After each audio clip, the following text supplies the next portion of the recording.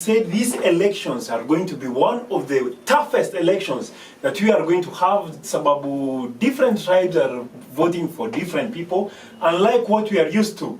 These politics, these elections are going to be extremely difficult, dynamic. So we will Beba Maneno, that's a strong champion. And that brings us to the next point. There is this thing that each and every camp is looking at. The Azimio camp is looking at it, Wajakoya camp pia anaangalia, na pia the Kenya Kwanza camp are looking at it. This is the Kalonzo factor. What do we think about Kalonzo? What can Kalonzo benefit each of the two camps? Will Kalonzo atasimama peke yake? Or what does Kalonzo have to changia to the elections which are going to be on the 9th of August? I think Kalonzo is a big force in the... It's a force to reckon with. Yes.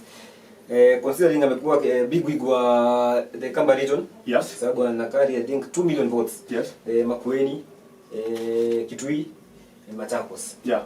So I think he's a big force in Kenyan politics.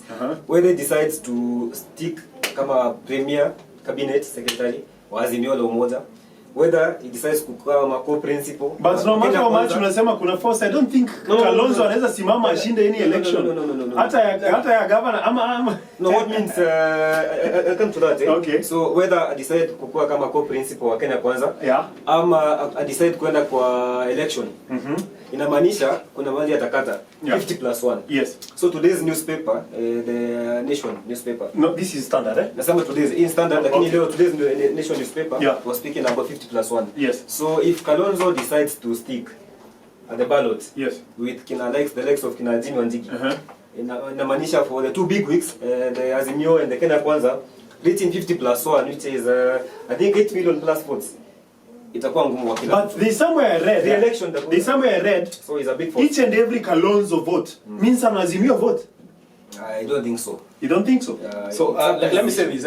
You know, this guy has been a banana. He has been an orange and a watermelon. I think right now he wants to be a mango. I don't know why. I don't know whether in the fruit family he will transition to all the fruits. Yes. But what I think about him, I think it's time he decided to become assertive. It's time he decides to become either assertive and decides what he wants. And to choose one fruit. Exactly. But choose one fruit. That's politics. Whether I don't know whether whatever that fruit is gonna be, whether it has seeds or not, you should get at least somewhere to transition from. That's the point of being. Like me, I think. So he's in politics as a watermelon. What I think to survive. The only way I can accept Kalonzo in my camp, if I was either Baba or Samoy. Yes. The only fruits that I would accept akiwa only a coconut. Ndo akipasuka hivi. Ha. Inaisha hezi kabisa. Tunatoa maji. This is the thing now. This is the thing. Looking at it from a political perspective, yes, as the engineer of politics and as the engineer of machines, I think two things. Like Kalonzo can either choose to go it alone, which is likely. I don't know whether it's gonna be the guy is gonna be serious because he'll just get the 1.5 votes, million votes from Kampala. That's a lot. Yes. That's a lot of votes. And that can decide the president. If he decides to go to any camp. What that is going to do is simple. It's going to get us into a runoff. Exactly. Then from there, Kalonzo can now choose. Decide where to go. Exactly. Depending on what these guys are going to give him. Is it and if I was Kalonzo, is it the seat or the Kakitu, bro? If I can be is Kalonzo, it the Kakitu or the side or no, the that seat? is Kalonzo now being a coconut because you split in a seats in a toka maji. Everything is done. Yeah. If I was Kalonzo, that is exactly what I would do. When it comes to Jimmy Wanjigi, that is nothing. That guy is. But what Wanjigi has done is that one needs whips. It needs whip, but it is unlike any other candidates. Ambao wamekuwa kama this the warrior guy alikuwa aitwa Dida. You cannot compare what Dida is doing to what Wanjigi is doing. Yeah. What's the difference? Niliona juzi. There's a big difference. For the first time. I'll tell you why. For the first time, in a place that is not Kwanza wacha niseme tu straightforward. Mahali ya Baba's bedroom. Migori, Homa Bay. Yes, Wanjiki was there and he had a massive crowd. Exactly. Hata ungeamini. Exactly. Yeah? Yeah. So I think apart from the two principles, the two key principles, which is Ruto, Rao, and then we go to Musyoka, Wanjigi comes forth from the presidential candidates who think they can scoop the presidency of the country. Yeah, you see, I will digress and then hit my post here. Because now you understand what Wanjigi amekuwa kingmaker since the 1990s. Amekuwa kingmaker on the late Matiba. He even sponsored the amekuwa kingmaker wa elections. Kibaki, the Thika Road, unajua? Amekuwa kingmaker wa 2013, power breaker deal. Yeah. 2017 Baba. Yeah. 2022 ametokea kwa limelight. So he's not a joke in politics. He knows what he's doing. Yeah. And then alitokeleza the first time ever. Akasema I'm coming with the third force. And the third force is happening. The question now today is will Kenya Kwanza get 50+1? The question is with Azimio get 50+1 because of the third force has come out. No, I totally disagree. Why do you disagree? There is a thing, yeah? There is a difference between boardroom politics and strategy. Nagrao. And getting the charisma to get a crowd that can believe in you. Yes. You know, I can come here with my theories and convince you and guide you into achieving political power when you have already achieved the charisma. You know, there is a difference. You already have, you know, if Wanjigi and Ruto, this is what they did. Well, it's very easy for Wanjigi to come and tell Uhuru and Ruto, you guys need to merge to achieve the political power, right? Yeah. And there is a difference between Wanjigi inheriting the political power and becoming a political maestro. Let's just say Wanjigi is a baby in this thing. No, he's a third force. He's a third force. He cannot be a third force. It's in politics, even in developed economies like the States and the UK, there's a dark force in politics. So let's this is a dark agree to force. disagree. No. Depending on the number of votes that the guy is number of votes that he can deliver. Let's wait for that. Director, I understand there's a question behind there. You can please read it out. What is it? Someone is asking Bwana KK. Yeah. Do you believe 100% that there's going to be a runoff? According to politics, there's no belief. Politics is not faith. It's dynamic. It's the dynamic. And No, today, one day in politics, 1 year. It's a long time. 1 day in politics, it's a decade. So I believe, going with what is happening, there might be a runoff. Probably 50+1 with the Karua factor as a woman, with the Gachagua factor as the deputy president, and with Kalonzo factor wobbling, and the swing votes as well. Yes. Now the swing votes is the Mount Kenya half for Karua, Mount Kenya half for Gachagua, and the Kamba votes with Mutua. Don't split the votes so soon. Don't split the votes so soon. Swing vote inatoka Mombasa. Not Mombasa, I mean the coastal region with Kingi and Joe.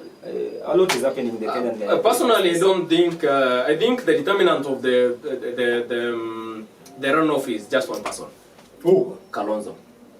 If this guy is going to back either of those camps, because but his impact must be had. Exactly. In each and every camp. Campers are radical. If he goes to William Samoei Ruto's camp, it's a done deal.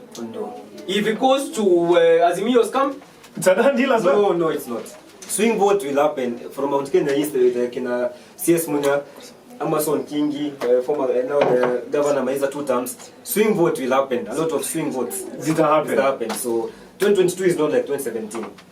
So the Kalonzo factor is there.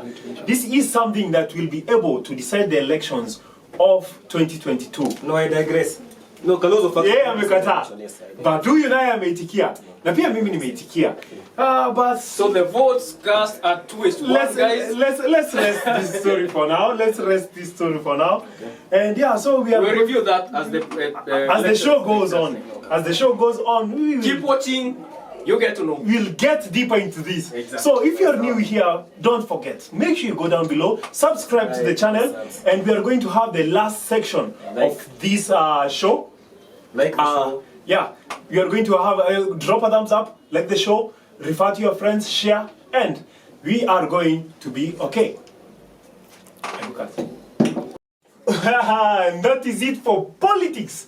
I'm Okitaka, Siasa 101.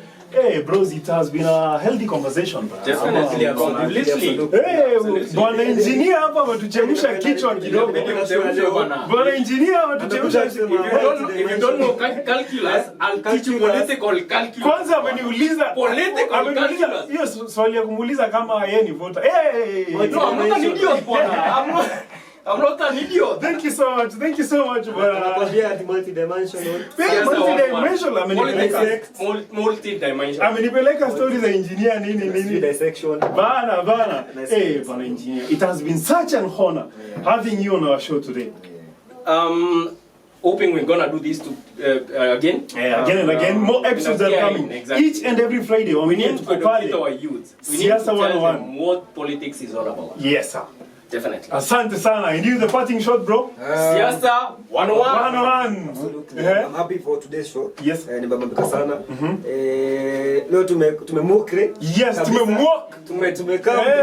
What was the name? Depkre or something? When hiyo. I don't know hiyo. Tumendakas. Let's go on. It's been a good one. Wow. Yeah. I'm hoping now to have more engaging shows and everything. And we bring everyone to reiterate on what we said last time. Lakini labda unashindwa huyu mrembo ambaye ako hapa anafanya nini?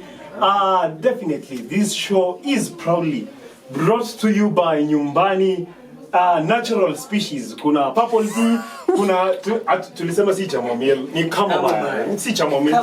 Chamomile. Anyway, it's a French name. It's a French name. Chamomile. Pia yako na kitu ya kusema. Anaitwa Wanjiro. Yeye ndo amekuwa head of logistics leo kwa show ya leo. Na ndio maana mnamwona ametokea mwisho. So Wanjiro, waambie kitu manze. Hata yako na podcast. Wewe makuru umeanza kuleta kimeru hapa. Tio meru mromenda anatamuse. Tika Wanjiro. I think I'm Omire. What the fuck is fucking that? Come on, fuck whips. What the whips? Chill, bro. Acha tusikie Wanjiro. Twende kazi. So hi, my name is Wanjiro. Like, share, and subscribe to Siasa 101, and also follow me on my. I have a podcast, so let's roll with it. On Instagram, let's roll with it _ let's roll with it _ and I have it on all podcast platforms. Like rolling. Yeah. Kila kitu. Let's roll with it. Yes. Support the podcast. Wacha tusikie nini yako nayo. Wanjiro, we'll watch your podcast. So subscribe. Hata wewe nenda pale nyumbani subscribe. And that is it for Siasa 101 episode 2. Tumemaliza bwana director, kila kitu iko check. Tumalize show kabisa. Tumalize show. Siasa 101. Siasa 101.